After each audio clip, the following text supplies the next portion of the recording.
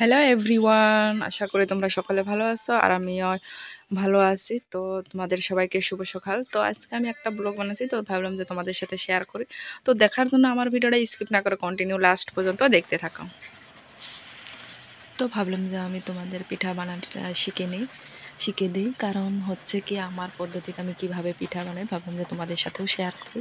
তো আমার পদ্ধতিটা হচ্ছে এটা। তো আমি এখন কি চালন দিয়ে চালে নিচ্ছি পিঠা আটাগুলো। তো আটাগুলো তো আমি পানি দিয়েছিলাম, তো পানিগুলো দিয়ে হালকা হালকা ভিজে নিয়েছি। নেওয়ার পরে কি হচ্ছে কি আমি চালন দিয়ে চালে নিচ্ছি। আর এখন হচ্ছে কি এগুলো সেকনি।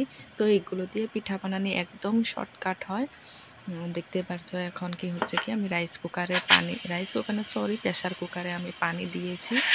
তো পানিটা যখন গরম হবে তো তার হুইসেলটা আমি খুলে দিচ্ছি।